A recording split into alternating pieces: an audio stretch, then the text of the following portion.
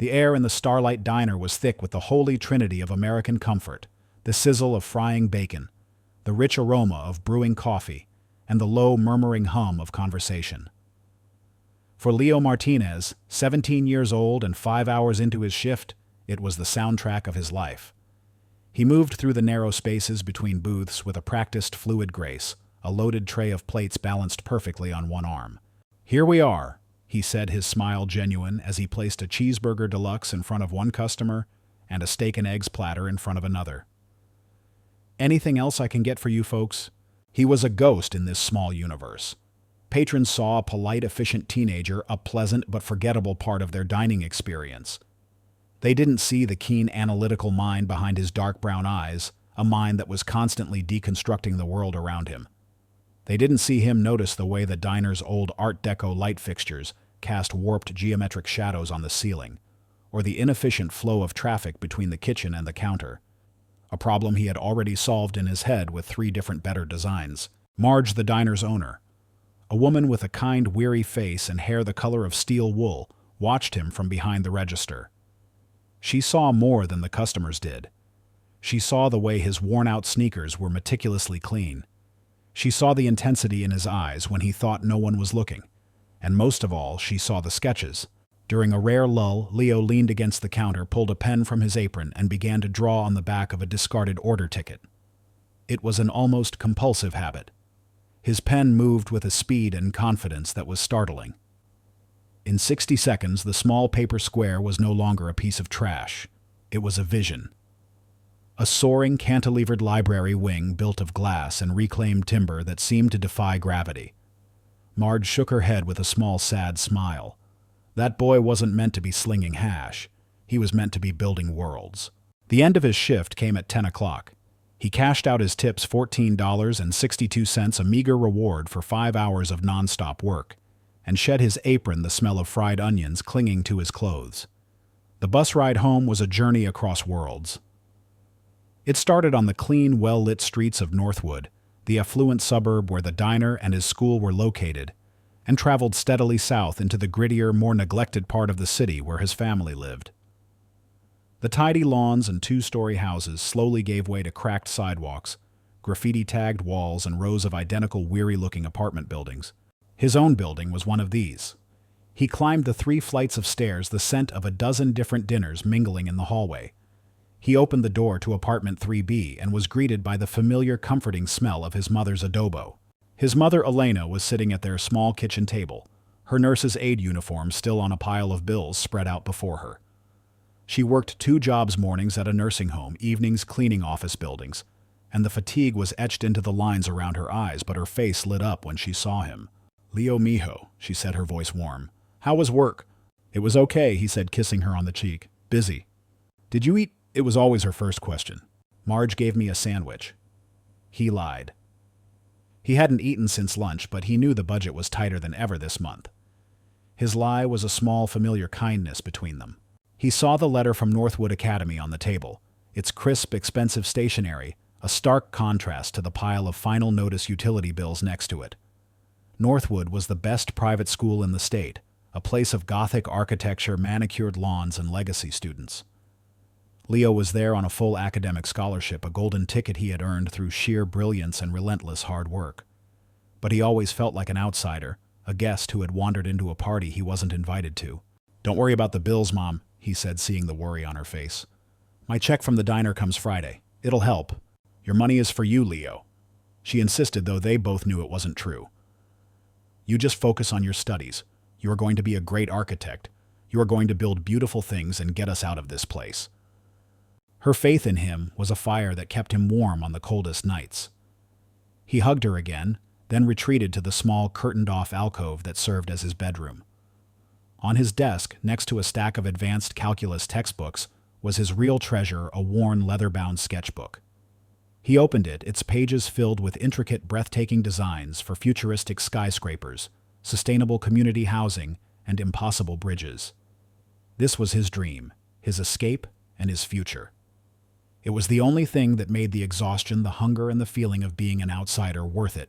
The next evening was colder, a biting wind whipping through the city streets. Leo finished his shift, his pockets lighter than usual, just $8 in tips. His stomach rumbled with a hunger that was sharp and insistent. The lie he'd told his mother the night before was now his reality. He hadn't eaten. He decided to treat himself. He walked to a nearby burger joint and bought a simple cheeseburger and a small order of fries. It cost him nearly all the money he had made. The smell from the warm paper bag was intoxicating.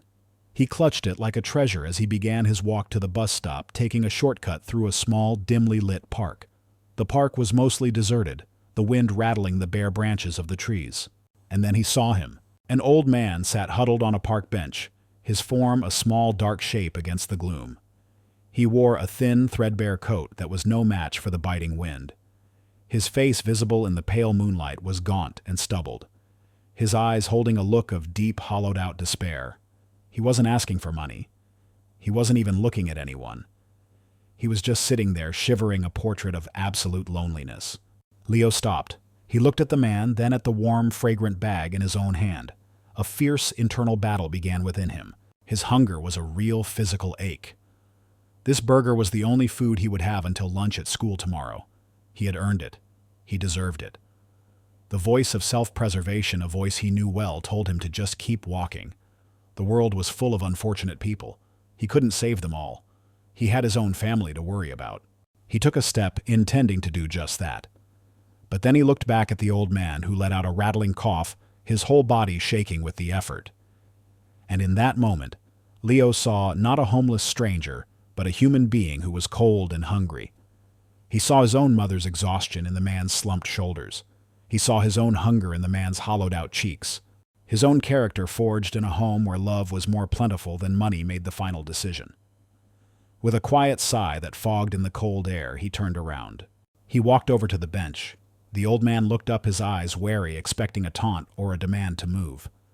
Leo said nothing. He simply placed the warm paper bag on the bench next to the man. The aroma of hot beef and fried potatoes filled the cold air between them. Their eyes met for a brief second. Leo saw a flicker of profound, startled surprise in the man's gaze. Leo gave a small, almost imperceptible nod, then turned and walked away. His hands shoved deep in his pockets, his own stomach now a tight, empty knot. He didn't look back.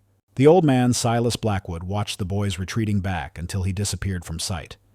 He looked down at the bag of food, its warmth a small miracle in the cold night. He had spent the last 2 years wandering the cities he owned, dressed in rags, conducting a quiet, desperate search.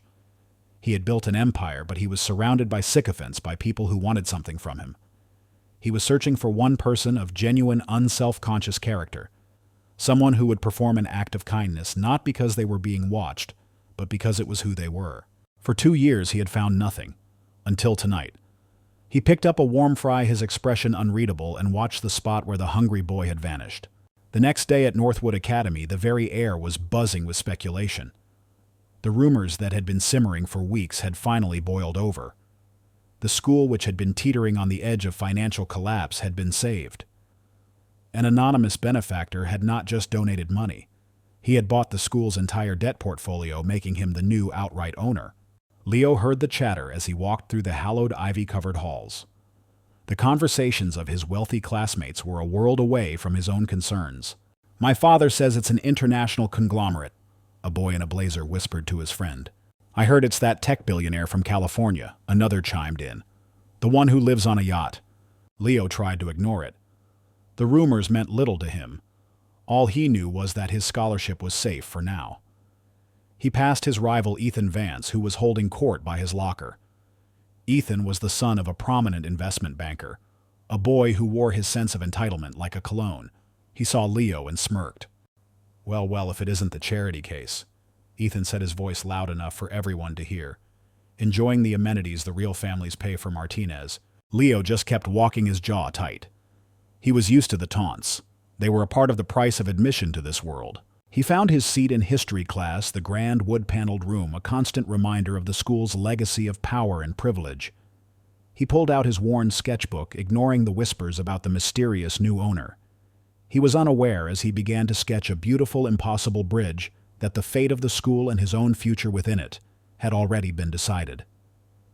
Not in a boardroom or a bank, but by a simple, selfless act on a cold park bench the night before. The test had been administered, and he had passed. The consequences were yet to come. The atmosphere at Northwood Academy for the next 2 days was thick with a nervous electric energy. The mystery of the new owner had supplanted all other forms of high school gossip. The students, most of whom came from families where ownership was a familiar concept, debated the benefactor's identity as if they were discussing a sports trade. Was he old money or new tech? A foreign national or a reclusive local? The speculation was a game for them, a source of light entertainment. For Leo Martinez, the whispers were a low, unsettling hum in the background of his life, a reminder of the precariousness of his position. He was a guest in a house that had just been sold, and he hadn't yet been told if he was welcome to stay. On Friday morning, the answer came. An announcement over the school's intercom system summoned all students and faculty to the Heston auditorium for an immediate mandatory assembly. The suddenness of it sent a fresh wave of speculation through the student body. "This is it," Ethan Vance declared to his circle of friends as they walked down the main hall. "They're going to announce the new owner. My dad says he's already arranged a meeting. Probably wants his advice on the endowment." Leo filed into the grand wood-paneled auditorium with the rest of the student body, finding a seat in the back. He felt a familiar knot of anxiety tighten in his stomach. Assemblies were always a reminder of his otherness.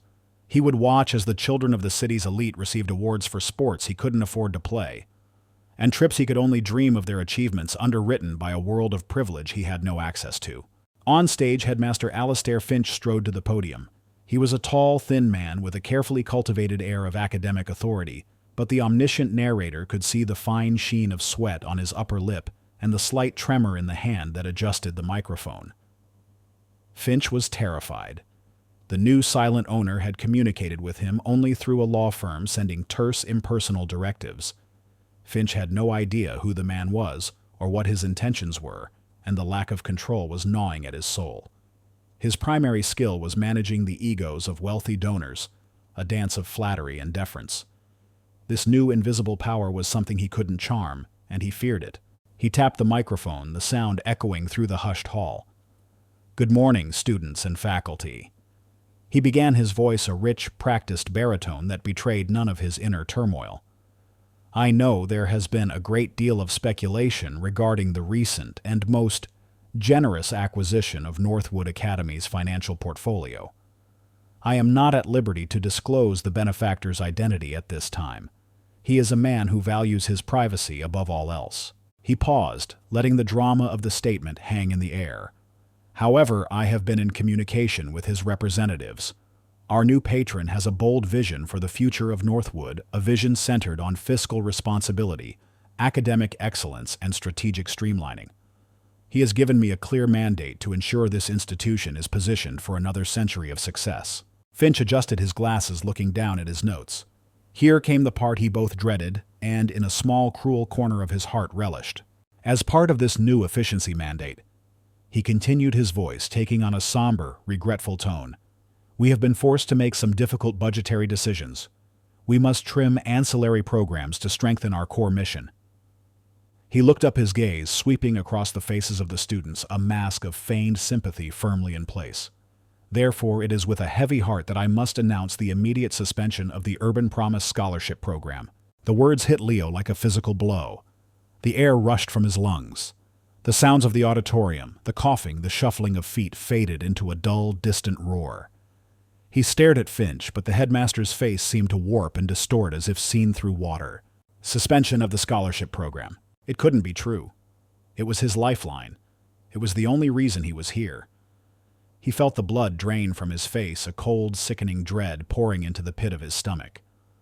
Across the room, he saw the faces of the other 5 scholarship kids, each one a mirror of his own devastation. This was not an easy decision. Finch lied, his voice oozing with false sincerity. "We value the contributions of all our students. However, the financial burden of the program is no longer sustainable under the new fiscal reality. All current scholarship students will be given a grace period of 1 month to arrange for private financing of the standard tuition. My office will be available to discuss payment plan options." He then moved on to other more trivial school announcements, but Leo didn't hear them. He was trapped in a sudden, soundproof bubble of despair. 1 month. The tuition at Northwood was more than his mother earned in a year. He might as well have been asked to scale the moon. His dream, the dream he had worked for every single day of his life, had just been executed in front of the entire school. When the assembly was dismissed, the bubble burst and the noise came rushing back in. The other students were buzzing, largely indifferent to the announcement that had just shattered 6 young lives. For them, it was a minor piece of administrative news. For Leo, it was an earthquake. As he walked numbly out into the hallway, a voice cut through his daze. "Tough break, Martinez." Ethan Vance sneered, leaning against a locker. His friends snickered behind him. "Guess your free ride is finally over. Don't worry, I'm sure there's good money in flipping burgers. It's what you're made for, right?" Leo didn't even have the energy to be angry. He just walked past Ethan's cruel laughter echoing behind him.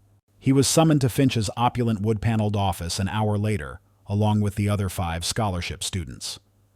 Finch sat behind his massive desk, the picture of bureaucratic indifference. He didn't offer sympathy. He didn't offer solutions. He simply had his secretary hand each of them a crisp white envelope containing a formal letter detailing the termination of their scholarships and the amount of tuition now due. "As I said, you have 30 days, Finch said coolly, already looking at some other papers on his desk, dismissing them. "I suggest you begin making your arrangements promptly." The bus ride home was a journey through a nightmare. The city outside the window, usually a source of architectural inspiration, now seemed alien and hostile. He clutched the letter from Finch in his pocket, the sharp corners of the envelope digging into his leg. The sketchbook in his backpack felt like a block of lead, its pages filled with dreams that were now just ink on paper. He found his mother in the kitchen preparing dinner before she had to leave for her evening job. She saw his face and knew immediately that something was wrong. "Mijo, what is it? What happened?" She asked, her hands still her full attention on him. Wordlessly, he handed her the letter. He watched as her eyes scanned the page, her expression shifting from confusion to disbelief, to a deep, heartbreaking sorrow. She sat down heavily at the kitchen table, the letter trembling in her hand.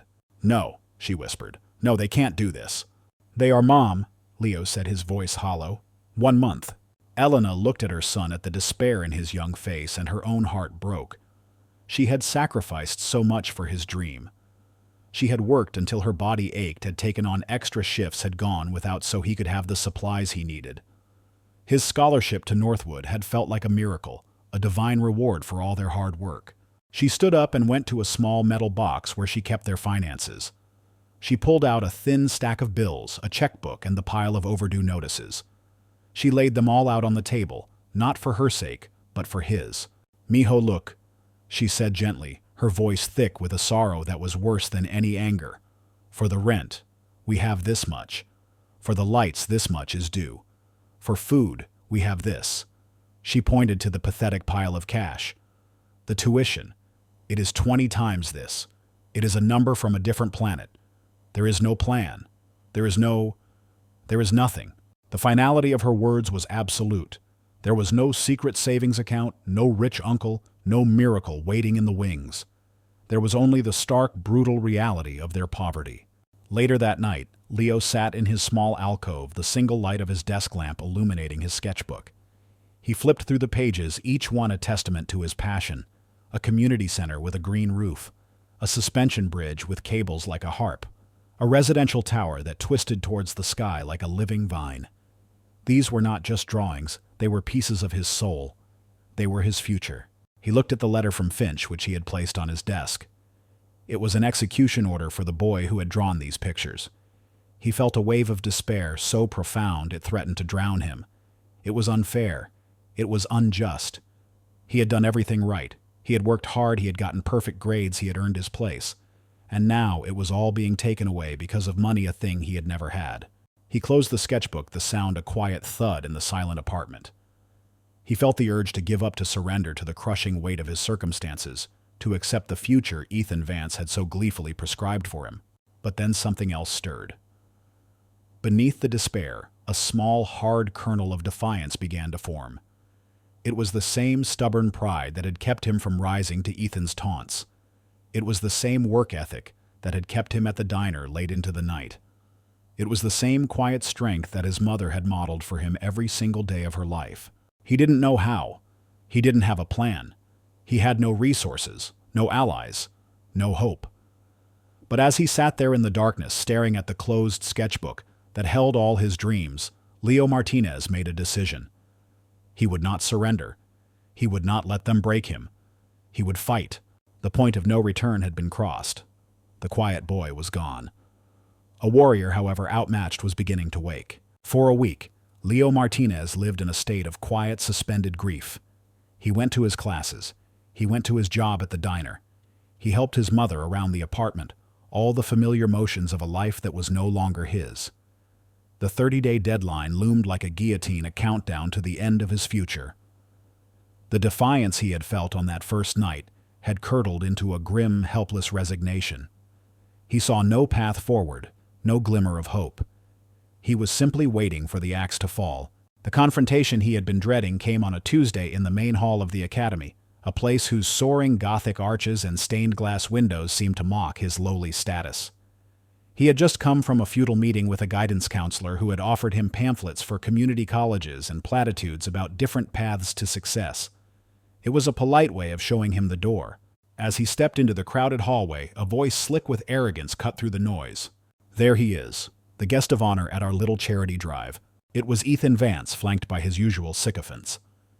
Ethan was leaning against a row of lockers, a smirk playing on his lips. He was performing as always for his audience. "So Martinez," Ethan said, pushing off the lockers and stepping into Leo's path. "What's the plan? Going to start a GoFundMe? Help send the poor kid to a school he can't afford. You might raise enough for a textbook or two." His friends laughed, a chorus of cruel, easy laughter.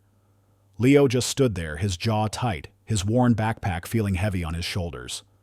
He refused to give Ethan the satisfaction of a reaction. "What's the matter? Cat got your tongue?" Ethan goaded, stepping closer. He lowered his voice to a conspiratorial whisper that was still loud enough for everyone nearby to hear. "Listen, I get it. It's a tragedy. But let's be honest, you never really belonged here anyway. This school is for people whose families have built something, people who are meant to lead. It's about maintaining standards. My dad told Headmaster Finch the same thing. Getting rid of the scholarship program was the best decision for the school's brand. The casual cruelty of it, the implication that he was not just poor, but somehow unworthy, a blemish on the school's pristine image, sent a hot flash of anger through Leo. But before he could speak, a third person entered the drama. Headmaster Finch, walking down the hall on his way to his office, paused. He saw the confrontation, saw Ethan's aggressive posture, and Leo's quiet humiliation. From the perspective of the omniscient narrator, one could see the choice laid out before the headmaster. He could intervene, uphold the school's code of conduct, and defend a student being bullied. Or he could protect his relationship with the son of one of the school's most influential and wealthy families. It was not a difficult choice for Alistair Finch. He gave Ethan a small, almost imperceptible nod of acknowledgement, a gesture of tacit approval, and then swept past the scene as if it wasn't happening, his focus suddenly on a seemingly fascinating portrait on the wall. That nod was more painful to Leo than any of Ethan's insults. It was the system itself looking him in the eye and telling him he did not matter. Defeated, Leo turned to walk away. But just as he did, the school's intercom system crackled to life, silencing the hallway chatter. "All students and faculty, please report to the Heston Auditorium immediately for a special assembly. Immediately." A wave of confused murmuring swept through the hall. Another assembly. So soon, Ethan rolled his eyes. Probably another boring lecture from Finch. Come on, let's get it over with. Leo followed the river of students into the auditorium, his sense of dread deepening. He found his usual seat in the back, wanting to be as invisible as possible. The stage was empty except for the podium. The air was thick with anticipation. Headmaster Finch walked onto the stage, but this time he looked different. His usual pompous confidence was gone, replaced by a nervous energy. He fidgeted with his tie, his hands trembling slightly. He was a man about to introduce his new boss, a boss he had never met, and his terror was palpable. "Students, faculty." Finch began, his voice strained. "Thank you for gathering on such short notice. Today is a momentous day in the long and storied history of Northwood Academy." He launched into a fawning, sycophantic speech full of platitudes about vision, leadership, and philanthropy. He was praising a man he knew nothing about, hoping to impress the invisible power that now controlled his fate. It is my distinct honor to introduce to you the man who has secured our future, a titan of industry, a true visionary, and Northwood's new owner, Mr. Silas Blackwood. Finch began to applaud enthusiastically, an invitation for the school to join in. As the polite scattered applause began, a figure emerged from the wings and walked to the center of the stage. He was an older man, tall and slender, with a shock of white hair and eyes that seemed to see everything.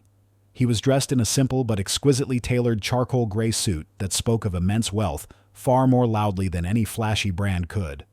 He moved with a quiet, deliberate grace, radiating an aura of absolute power and stillness. And Leo Martinez's world stopped. His breath caught in his chest. His heart seemed to seize. The polite applause, the whispering students, the entire auditorium, it all faded away into a muffled, distant roar.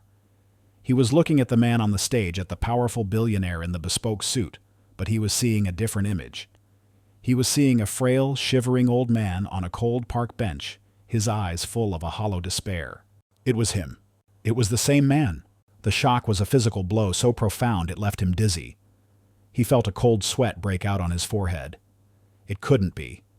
It was impossible. A hallucination brought on by stress and hunger. But it was real.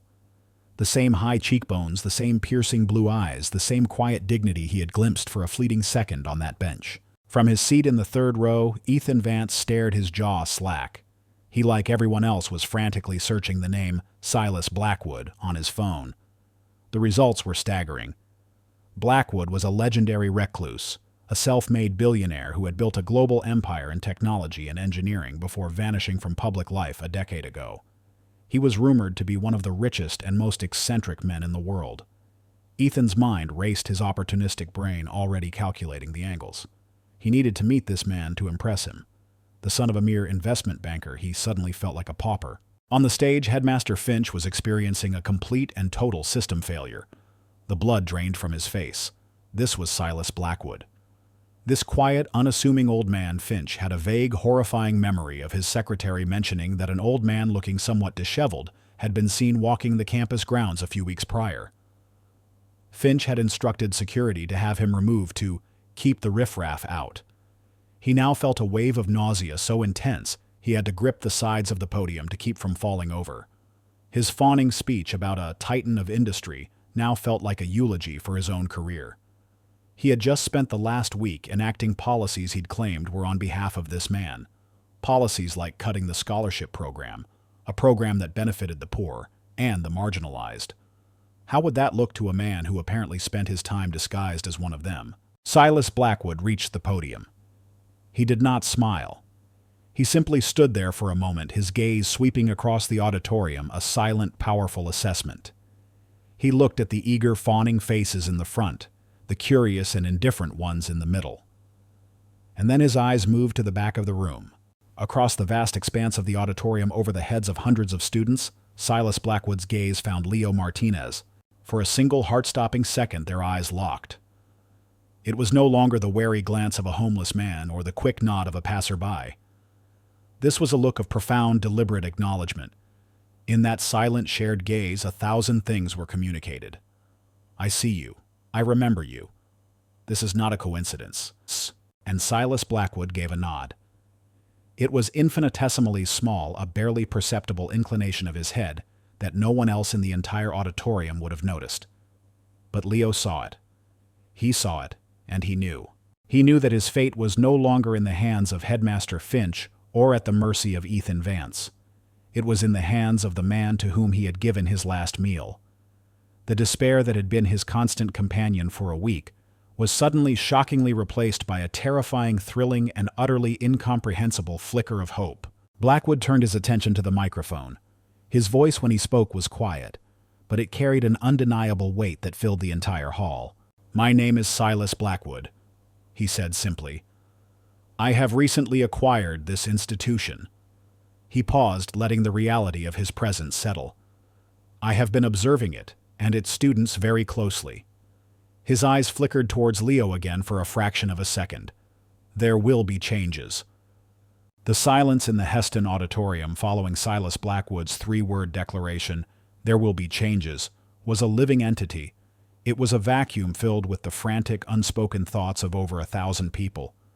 Leo Martinez felt it as a roaring in his ears, his mind still struggling to reconcile the two versions of the man on the stage. Ethan Vance felt it as a cold dread, the chilling realization that the rules of his world had just been rewritten without his consent. And Headmaster Alistair Finch felt it as a cold hand closing around his throat. Blackwood let the silence stretch a masterful demonstration of power. He had no need for a booming voice or grand gestures. His very stillness commanded the room. He stepped back to the podium, his piercing blue eyes sweeping across the sea of faces. "I understand," he began, his voice calm and measured, "that Headmaster Finch recently announced a new efficiency mandate, a mandate he attributed to my ownership." Finch, standing awkwardly to the side of the stage, looked as if he might faint. A low murmur rippled through the auditorium. "Let me be perfectly clear." Blackwood continued, his voice dropping slightly but gaining an edge of steel. "Excellence is not achieved through exclusion. A great institution is not a hedge fund to be trimmed and streamlined for maximum profit. It is a garden. It is a place where talent in all its forms is meant to be nurtured, regardless of the soil it springs from." He paused, and his gaze found Leo in the back of the hall once more. "Therefore, my first official act as the owner of this academy is to overturn the headmaster's recent decision. The Urban Promise Scholarship Program is hereby reinstated, permanently, and with its funding doubled effective immediately." A wave of audible gasps swept the room. For Leo, the words were a life raft. The crushing weight on his chest lifted, and he could breathe again for the first time in a week. He saw the other scholarship students, their faces a mixture of stunned disbelief and dawning tearful joy. In the front rows, Ethan Vance's face was a mask of thunderous disbelief. He had been promised a more exclusive school, not a more inclusive one. Finch, meanwhile, was visibly crumbling. This was a direct, public, and utterly humiliating repudiation of his authority. Blackwood had just branded him as a man whose values were in direct opposition to the school's new owner. But Blackwood wasn't finished. "That, however, is merely the correction of a mistake. My vision for Northwood is not about maintenance. It's about creation." He leaned forward slightly, his intensity drawing every eye in the room. "For too long, this school has prided itself on the wealth of the families it serves. From this day forward, it will pride itself on the quality of the ideas it produces.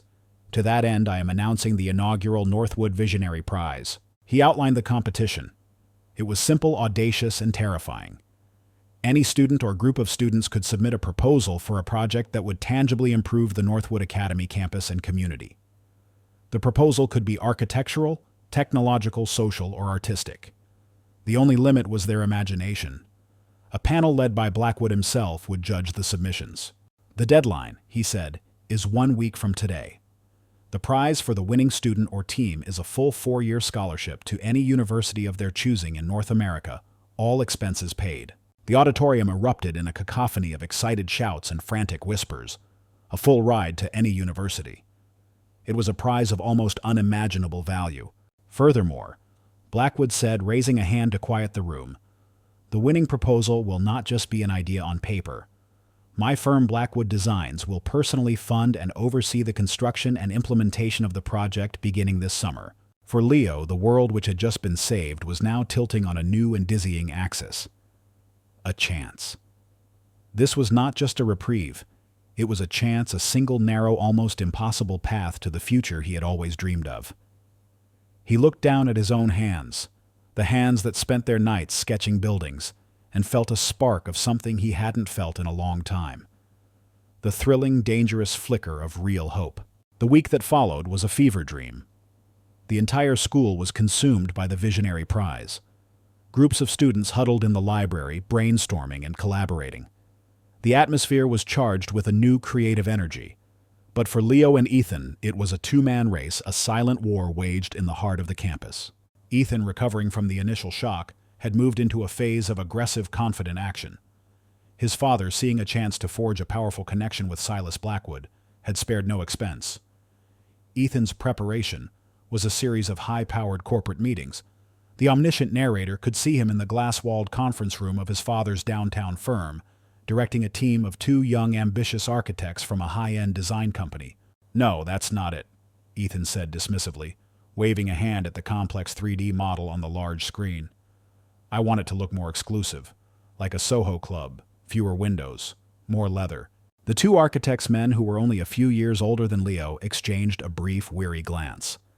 They were being paid an obscene amount of money to bring a spoiled teenager's shallow idea to life.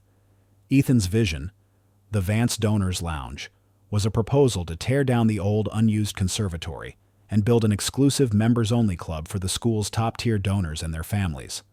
It was a project designed to reinforce the very elitism Blackwood had just publicly condemned, but Ethan, in his arrogance, was blind to the irony. He believed Blackwood, like all rich men, would be impressed by a project that catered to other rich men. He was focused not on vision, but on a slick professional presentation, a full virtual reality walkthrough that would make his proposal look like a finished product. Leo's process was the polar opposite. He had no team, no budget, no high-tech tools. He had only his sketchbook, his mind, and his intimate knowledge of the school's soul. For the first 2 days, he didn't draw a single line. Instead, he walked the campus observing. He sat in the underused central courtyard, a patch of grass and cracked concrete that most students simply used as a shortcut. He watched how students moved through the space, how they sought out quiet corners to study, how they lacked a central informal place to collaborate and connect. His idea, when it came, was born from this empathy. He didn't want to build a monument to wealth. He wanted to build a heart for the school. He envisioned a low-profile, eco-friendly learning pavilion, built with sustainable materials like bamboo and recycled steel. It would have glass walls that could be opened up in good weather, a green roof to help with insulation, modular furniture that could be reconfigured for group study or individual work, and integrated solar panels to make it energy neutral. It was a space designed to foster community collaboration and a connection with nature. His life became a whirlwind of focused work. His nights at the diner were spent scribbling calculations on napkins between orders. His bus rides were spent poring over books on sustainable architecture he'd checked out from the public library. And his nights were spent at the small desk in his alcove, under the single dim lamp bringing his vision to life. His mother would quietly leave him snacks, her silent support, a fuel that kept him going. He filled page after page of his sketchbook with detailed floor plans, elevation drawings, energy efficiency charts, and beautiful hand-rendered perspectives of students using the space. He was not just designing a building, he was telling a story about the kind of community Northwood could be. Midweek, Ethan decided it was time to engage in some psychological warfare. He found Leo in a deserted corner of the library, his table completely covered in drawings and books. Ethan sauntered over, feigning casual interest. He glanced down at Leo's intricate hand-drawn cross-section of the pavilion's green roof. "Wow, Martinez," Ethan said, his voice dripping with condescension. "You're actually drawing all this by hand. That's quaint. Adorable, even." He leaned in closer. "I just saw the first VR render of my project. You can literally put on a headset and walk through the lounge. See the grain on the mahogany bar. Feel the texture of the leather." He smirked. "How's your little pencil drawing going to compete with that? You should probably just save yourself the embarrassment and quit now." Leo looked up from his work, his eyes tired but his gaze steady. "My project isn't about the texture of the leather, Ethan," he said quietly. "It's about the quality of the ideas." The simple, confident response infuriated Ethan, who stalked away, leaving Leo alone with his work. The intimidation tactic had backfired. It had only strengthened Leo's resolve. The night before the deadline, Leo was a wreck, but a determined one. His small room was a chaotic mess of crumpled paper, empty coffee mugs, and eraser shavings. His fingers were stained with ink, his eyes burning from lack of sleep. But on his desk, laid out in a neat, compelling narrative, was his final proposal. It was a work of pure, unadulterated passion. He had poured every ounce of his talent, his hope, and his belief in a better world into these pages. He knew it was a long shot. He was David, armed with a sketchbook and a pencil, about to face a Goliath with a virtual reality headset and a professional design firm. But as he looked at his finished work, at the beautiful, hopeful building he had created from nothing, he felt a sense of peace. He had done his best. He had built his dream, at least on paper. Whatever happened tomorrow, no one could take that away from him. The Heston Auditorium was electric, a tinderbox of ambition and anxiety. The Visionary Prize competition had become the single obsession of the Northwood Academy student body. Today was the final judgment.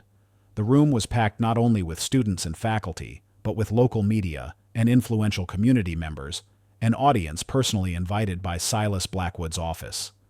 He was not just running a school competition, he was making a statement. On the stage, a long table was set for the judging panel. At its center sat Silas Blackwood, a figure of immense quiet gravity. To his right was Dr. Evelyn Reed, the esteemed Dean of Architecture from the State University, a woman whose opinion could make or break a young architect's career. To his left was a surprise guest, renowned architect Kaito Tanaka, a Pritzker Prize winner whom Blackwood had flown in from Tokyo for the event. The presence of these two titans sent a clear message. This was not a game. This was a search for genuine talent. Headmaster Finch sat at the far end of the stage, a man reduced to a decorative accessory at his own school's event. He looked on with a strained, obsequious smile, his previous authority now just a memory. Backstage, Leo Martinez felt his heart hammering against his ribs. He clutched his portfolio to his chest. It contained not just his drawings, but the entirety of his hope. He peeked through the curtain and saw the impressive technical setup for Ethan's presentation, multiple large screens, a high-end sound system. Then he looked at his own simple foam core boards and his portfolio of hand-drawn renderings. He felt a familiar David and Goliath pang of dread, but pushed it down. His work was honest. It had to be enough. Ethan Vance was called to the stage first. He strode out with the unearned confidence of a rock star, a wireless microphone clipped to his lapel. He was dressed in a sharp tailored suit that probably cost more than Leo's family earned in a month. "Good morning." Ethan began, his voice smooth and practiced. "Today, I'm not just here to present a project. I'm here to present a new paradigm for philanthropic synergy." The lights dimmed. A slick, professionally produced video began to play on the screens. Bombastic music swelled as a camera swooped through a photorealistic computer-generated model of the Vance Donors Lounge. It was a space of dark wood polished brass and deep leather armchairs. There was a fully stocked bar, private meeting rooms, and displays for commemorative plaques. Ethan's speech was a masterpiece of corporate jargon. He spoke of leveraging high-value assets, incentivizing top-tier donor engagement, and enhancing the Northwood brand. He presented the lounge as a necessary tool to attract the pillars of the community, ensuring the school's financial future. He never once mentioned the students. His project was not for them. It was for the people who paid their tuition. The presentation was undeniably polished. The VR walkthrough was impressive on a technical level, and the students, wowed by the spectacle, gave him a loud, sustained round of applause as he finished. Ethan took a bow, a triumphant smirk on his face as he returned to his seat in the front row. He shot a look back at Leo, a look that said, "Top that." From the judges' table, Dr. Reed and Mr. Tanaka applauded politely, their faces professional but unenthusiastic. Silas Blackwood did not applaud at all. He simply made a small note on the paper in front of him. The omniscient narrator, privy to his thoughts, could see the single word he had written soulless. "And now," Headmaster Finch announced, stepping to the podium, "our second finalist, Leo Martinez, with his proposal, The Pavilion." Leo took a deep breath. This was it. He walked from the wings toward the small set of stairs leading to the stage, his portfolio held tight in his hands. And then disaster struck. Kyle, one of Ethan's closest friends, was getting up from his front row seat, ostensibly to let someone pass. As Leo drew near, Kyle stumbled with an exaggerated theatrical clumsiness. A large cup of dark, steaming coffee flew from his hand, arcing through the air in a perfect slow-motion trajectory of malice. It landed squarely on the front of Leo's portfolio. There were gasps from the audience. The dark liquid soaked instantly through the cardboard cover. Leo froze his mind, refusing to process what had just happened. "Oh man, I am so sorry," Kyle exclaimed, his apology loud and performative. "I can't believe I did that. So clumsy." Ethan shot his friend a subtle congratulatory smirk. On stage, Headmaster Finch's face was a mask of feigned concern, but his eyes held a flicker of grim satisfaction. The charity case's big moment was ruined. Leo, his heart sinking into his shoes, stumbled up the stairs and onto the stage. He placed the dripping portfolio on the presentation easel and opened it. It was worse than he could have imagined. His two main renderings, the beautiful full-color perspectives of the pavilion's exterior and interior, were hopelessly stained. A large, ugly brown blotch marred the center of each drawing, the ink bleeding into a blurry, indecipherable mess. The physical heart of his presentation, The product of his entire sleepless week was destroyed. He stood there for a moment staring at the ruined drawings, the hopes of his future bleeding away with the ink. He could hear a few snickers from the front row. He felt a wave of despair so profound it threatened to pull him under. He could just walk away. Apologize, say his presentation was ruined, and surrender. It would be the easy thing to do. But as he stood on the verge of defeat, he looked up and saw the judging panel. He saw the polite pity on the faces of Dr. Reed and Mr. Tanaka. And then he saw Silas Blackwood. The old man was not looking at the drawings. He was looking directly at Leo, his expression calm, watchful, and intense. It was a look that seemed to penetrate right through the humiliation and despair, searching for the character of the boy he had met on that park bench. "What will you do now?" the old man's eyes seemed to ask. And in that moment, something inside Leo hardened. They could stain his drawings. They could mock him. They could try to break him. But he would not let them destroy his vision. He took a deep breath, turned away from the ruined easel, and walked to the center of the stage, leaving the drawings behind. He stood before the microphone empty-handed. "Good morning," he began, his voice quiet but carrying a surprising clarity in the suddenly silent hall. "My presentation was supposed to be about the drawings behind me, but it seems they've had a rough morning." A few sympathetic laughs rippled through the audience. "So instead, I'd like to ask you all to do something. I'd like you to close your eyes." Hesitantly, confused but intrigued, many of the students and faculty did as he asked. "I want you to picture the old central courtyard." Leo continued, his voice growing in confidence and passion. "Right now, it's just a shortcut. A patch of dying grass and cracked concrete that no one ever uses. It's a lonely, forgotten space. Now, I want you to imagine something different." He began to paint a picture with his words. He was no longer a nervous teenager. He was an architect, a creator, a storyteller. He spoke of sunlight and open space. He described the feeling of walking into a building made of warm, sustainable wood and glass, a space that felt both indoors and outdoors at the same time. He made them see the green living roof collecting rainwater and keeping the building cool.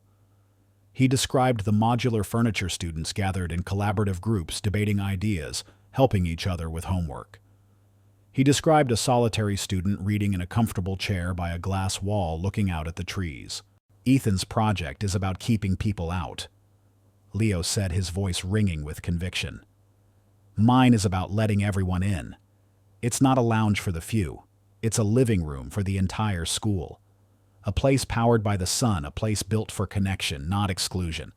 A place that says that our greatest asset isn't the money our donors have, but the ideas we can create together."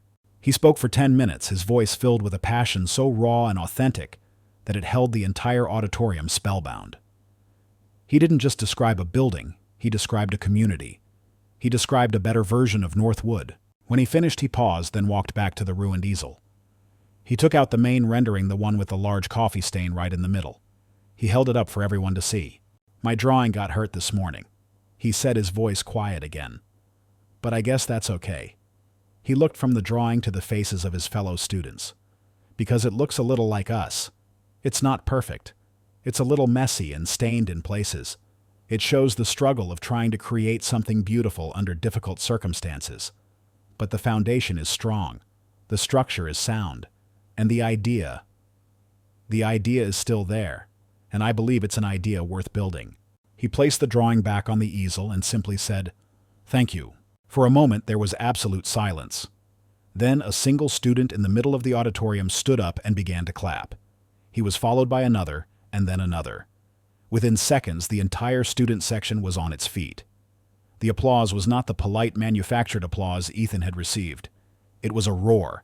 It was a thunderous, heartfelt ovation for the boy who had refused to be beaten.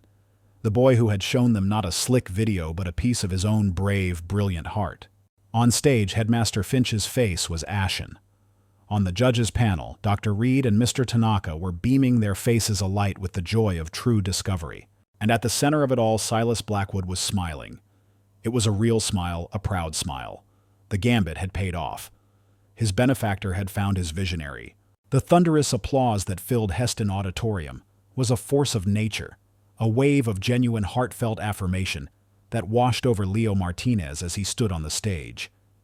He looked out at the sea of his peers, not as an outsider, but as their champion. He saw students he'd never spoken to cheering for him, teachers smiling with pride, and the other scholarship kids looking at him with tears of gratitude in their eyes. For the first time in his life, he felt like he truly belonged. The coffee-stained drawing in his hand no longer felt like a symbol of his struggle, but a banner of his victory. Silas Blackwood rose from the judge's table, and as he did, a hush fell over the room once more. He walked to the podium, his movements deliberate and calm. He did not look at Leo, but at the student body. "In my years," Blackwood began, his quiet voice commanding the attention of everyone in the room, "I have seen many impressive presentations. I have seen slick videos, expensive models, and presentations polished by teams of professionals. They are often very persuasive." He paused, and his gaze flickered for a moment towards a pale-faced Ethan Vance in the front row. Mr. Vance's proposal for a donor's lounge was one such presentation. Blackwood continued, his tone neutral, but his words carrying a surgical precision. "It was a professional and competent design for a private club. It is a building that understands the language of money, of exclusivity, and of privilege. It is by all accounts a fine example of its type. But its type is wrong for this institution." Ethan shrank in his seat. The public deconstruction of his project a far more brutal punishment than any simple declaration of loss. "Northwood Academy," Blackwood said, his voice ringing with a newfound passion, "is a place of learning, not a resort. Its purpose is to build bridges, not walls. Its value is not in the bank accounts of its donors, but in the minds of its students." He then turned and walked over to where Leo stood. He gently took the stained drawing from Leo's hand and held it up for all to see. "This," he declared, his voice resonating with deep, authentic conviction, "is a vision. This is not a project about flattering the powerful. It is a project about empowering the community. It is innovative, it is compassionate, it is sustainable, and it is brilliant." He looked directly at Leo. "It is, in short, everything Northwood Academy should aspire to be. The Northwood Visionary Prize and the full university scholarship that comes with it goes to Mr. Leo Martinez." The auditorium exploded again, the applause even louder and more joyous than before. Leo stood stunned, the reality of the words "full university scholarship" failing to fully penetrate the joyful haze in his mind. But Blackwood held up a hand, calling for silence. He was not finished. His gaze, now cold and hard, settled on Headmaster Finch, who looked as though he were about to be physically ill. "I said when I arrived that there would be changes." Blackwood said, his voice low and dangerous. "My second act as owner of this school is to ensure its leadership reflects its new mission. A leader who sees students not as assets to be nurtured but as expenses to be cut has failed in his most fundamental duty. A headmaster who values a brand over the dreams of a child is not a headmaster I can work with. Mr. Finch, your tenure at Northwood Academy is over effective immediately. Please have your office cleared by the end of the day." The shock in the room was absolute. It was a public execution, a swift and brutal removal of a man who had for years ruled the school as his personal fiefdom. Finch stood, his face ashen, and without a word turned and walked off the stage, his long and pompous career ending not with a bang, but with a quiet, ignominious shuffle. The assembly was dismissed into a chaotic buzz of gossip and excitement. Leo was immediately swarmed by well-wishers. His friends, the other scholarship kids, patted him on the back, their faces shining with relief and vicarious triumph. Teachers he respected came to shake his hand, telling him his presentation was the most inspiring thing they had ever seen at the school. He was no longer Leo Martinez, the charity case. He was a hero. Through the crowd, he saw Ethan Vance approaching. The usual arrogance was gone from Ethan's face, replaced by a sullen, defeated look. His friends were keeping their distance, as if his failure were contagious. He stopped in front of Leo, avoiding his eyes. "Hey, Martinez." Ethan mumbled, his voice barely audible over the noise. "That was a good presentation." He couldn't bring himself to offer a full apology, but the words were a clear admission of defeat, a surrender. "Thanks, Ethan," Leo replied simply. He felt no anger, no need for vengeance.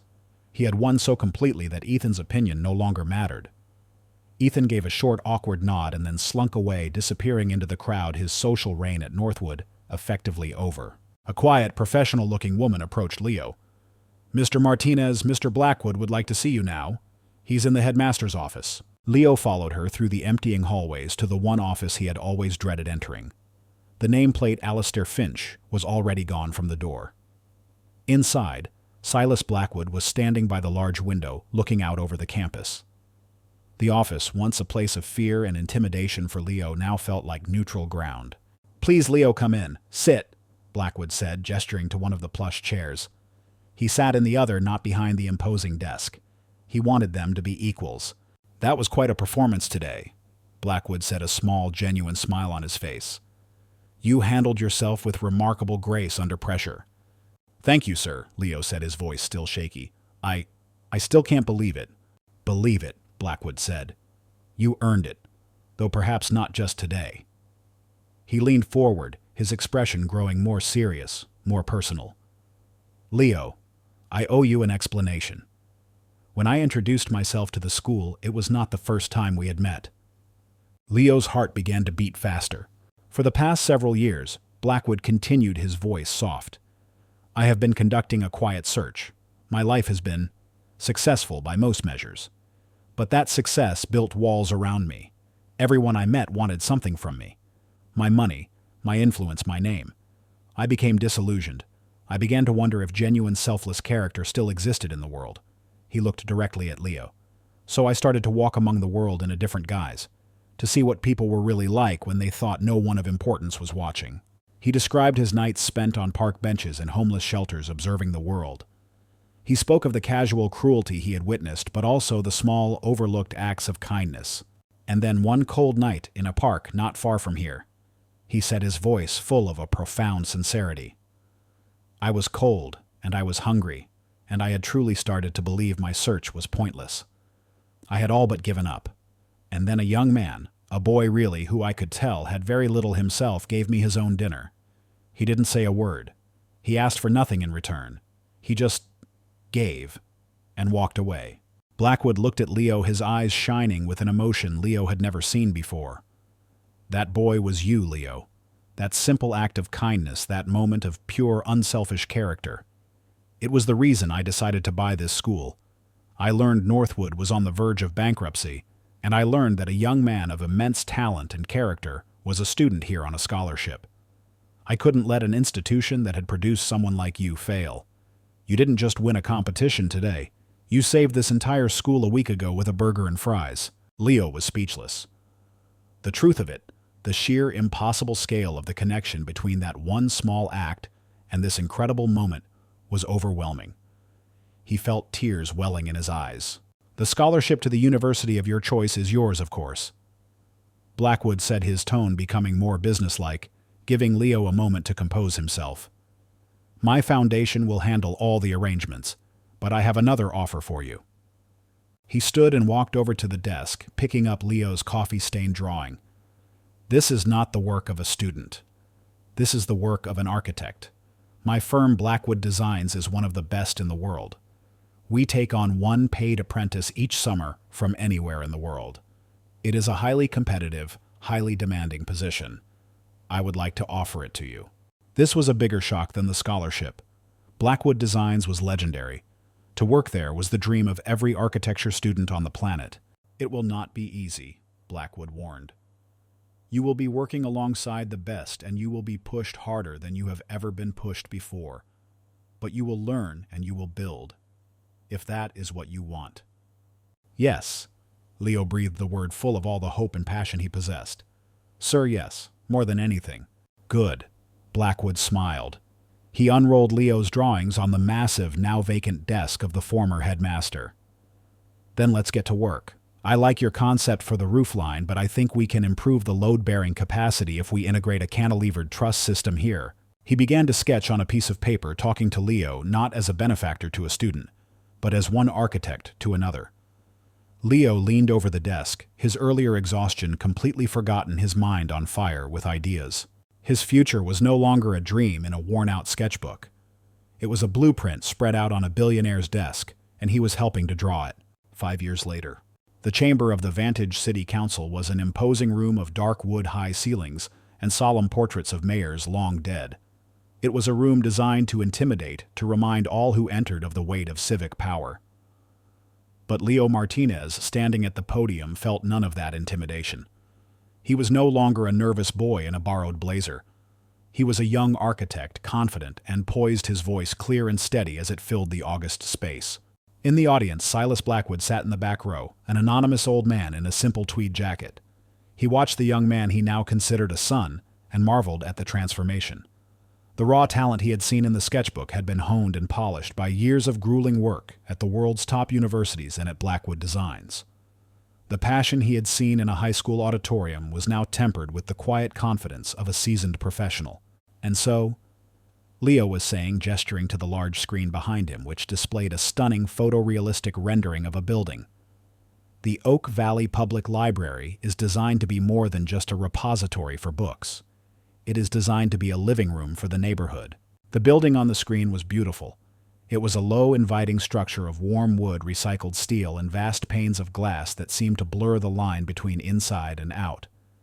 A gently sloping green roof was dotted with solar panels, and a rainwater collection system fed a small, serene garden at its center. It was the Northwood Pavilion reimagined and matured, brought to life on a grander scale. The design is rooted in sustainability and accessibility. Leo explained, clicking through slides showing floor plans and energy models. But its most important feature, its very heart, is this. He switched to a detailed schematic of a specific wing of the building. This is the Youth Design Lab. It will be an after-school and weekend program offered completely free of charge to any student in the district. It will provide access to state-of-the-art computers, 3D printers, and architectural software. But more importantly, it will provide mentorship. He looked directly at the council members, his gaze earnest and compelling. I grew up in Oak Valley. I was a kid with a sketchbook full of dreams, but no clear path to realizing them. I was lucky. I found a mentor. He glanced briefly towards the back of the room where Silas sat. This lab is designed to create 100 more of those lucky chances. We will have professionals from my firm and from other firms across the city volunteering their time to teach, to guide, and to show these kids that a future in design and architecture and building a better world is possible for them regardless of their zip code. This was Leo's paying it forward, not as an afterthought, but as a core structural component of his first major project. He was building a ladder for the kids who were just like him, and then holding it steady for them to climb. When his presentation concluded, the city council, a notoriously fractious group, was silent for a moment. Then the council president, a woman known for her tough questioning, simply smiled. "Mr. Martinez," she said, "it is one of the great privileges of my career to say your proposal is unanimously and enthusiastically approved. Go build your library." A year later, the library was no longer a rendering. It was a reality, a gleaming new landmark in the heart of the neighborhood Leo had grown up in. On a rainy Saturday afternoon, the Youth Design Lab was buzzing with a quiet, creative energy. At one of the computer stations, a teenage girl with bright, intelligent eyes and a fierce concentration frowned at her screen. She was trying to design a pedestrian bridge, but the support structure wasn't working, and she was growing frustrated. "The arch is too shallow," a calm voice said from behind her. "You're getting too much lateral stress at the abutments." The girl turned to see Leo Martinez kneeling beside her chair. He smiled, pointing to her screen. "It's a beautiful design, Maria. The aesthetic is wonderful, but you have to respect the physics."